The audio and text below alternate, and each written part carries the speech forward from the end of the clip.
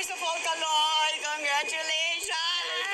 Double gold medal! Salamat po. Salamat po. Cynthia! Thank you. Gaman. So, Kaloy, unang-una yung... anong naramdaman mo ngayon? Anong madi-describe mo yung pakiramdam mo? You're a double gold medalist. You're being called the greatest Filipino athlete. One of the few athletes yung won a gold medal. Unbelievable. Yeah, ako din po, ayun po. Unbelievable talaga today. All of us, unbelievable. Ang hope ko lang po today and wish na maging healthy and magandang performance lang po talaga yung inano ko and walang ma-aksidente sa amin.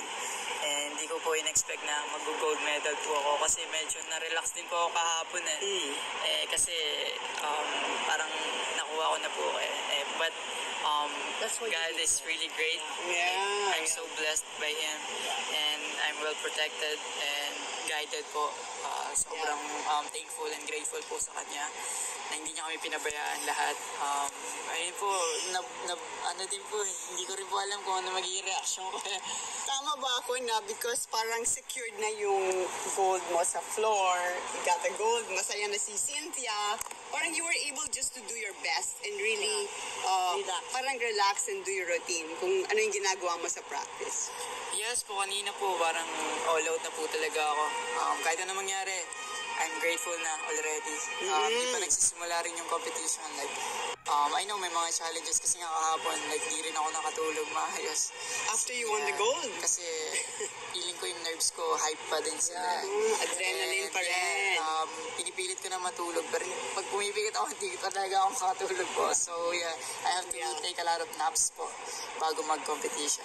Yeah, I wanted to ask Cynthia kasi nung bata ka pa, alam mo, sabi ni Cynthia sa akin na, you know Dayan, meron akong gymnast na 13 years old lang ata. Yeah, and then, less than that. less than that, sabi niya, you watch him, he's going to be a gold medalist someday, we're gonna send him to Japan. Grabe, so, Kaloy, nagkatotoo na yun and more than what you expected. Yes, imagine. It's amazing, you know.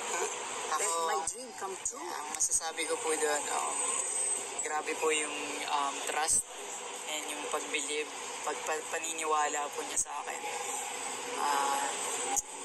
Grabe, like, may tao po talagang naniniwala sa kakayahan ng katulad ko po. Kaya sobra akong nagpapasalamat sa kanya. Like, lahat po ng obstacles, nandun si Ma'am Cynthia. Siya po yung tumayo bilang mother. Talaga yung turing ko sa kanya, grabe yung pag-support and yung pag-alaga niya sa akin. Phenomenal po. Like, wala akong masasabi. Like, I'm so grateful and blessed na pinakilala siya sa akin ng Diyos and pinakilala ko ng Diyos sa kanya. Grabe yung naging experience namin. Alam po yun yung mga Cynthia, lahat po, like, lahat ng hardship, kasama ko siya. So, I'm really grateful na naniwala siya sa akin. Hanggang dulo, hindi niya ako iniwan.